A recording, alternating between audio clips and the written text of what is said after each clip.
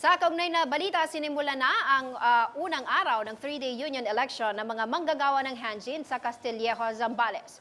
Subalit ang ilang empleyado na hindi pa naka-schedule para bumoto, nagpuntahan na sa election site upang ireklamo ang umano'y pagbabanta ng kanilang maaamong Koreano na hindi sila maaaring lumabas ng Hanjin simula bukas. Si Rino Pawid ang may report. Opisyal nang sinimula ng 3 araw na labor union election na isinusulong ng mga manggagawa ng Korean shipbuilder na Hanjin na nakabase sa Redondo Peninsula sa Subic, Zambales. Sa unang araw ng eleksyon, nakatakdang bumoto ang mahigit 1,500 manggagawa mula sa departamento ng Sushi Corps. Kabilang ang Sushi Corps sa 18 subcontractor ng Hanjin. Pero ikinagulat ng CLTV 36 News nang biglang nagsulputan sa barangay San Pablo, Castillejos ang ilang manggagawa at kinatawan mula sa hanay ng Zambanas.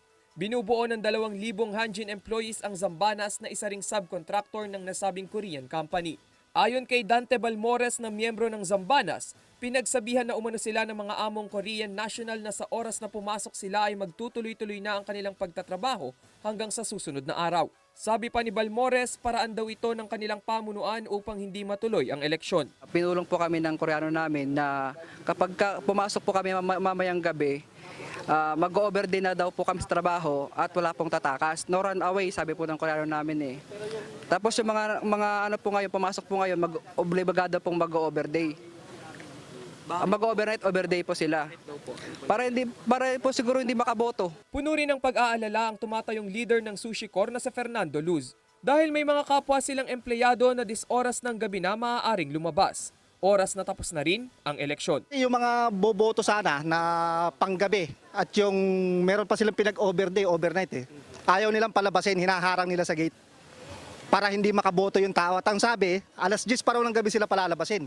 Sa oras na manalo ang mga manggagawa sa pagtatatag ng unyon, pangunahin nilang isusulong ang aumento sa sahod at respeto ng mga Korean national sa mga manggagawa nitong Pilipino. Kinakailangan na lumampas sa kalahati ang pumabor sa mga empleyado upang aprobahan ang pagbuo nila ng unyon. Nasa 800 boto ang dapat bunuin ng mga manggagawa para maipanalo ang kanilang hiling. Samantala, nakukulangan pa ang mga manggagawa sa suportang kanilang natatanggap mula sa DOLE. Nananawagan po kami sa mga Koreano na sana wag pong gipitin.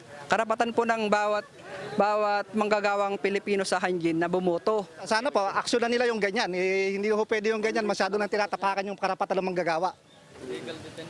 Illegal detention na ho yan, sir.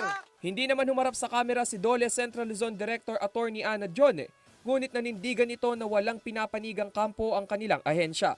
Ako si Rainiel Pawid para sa Metro.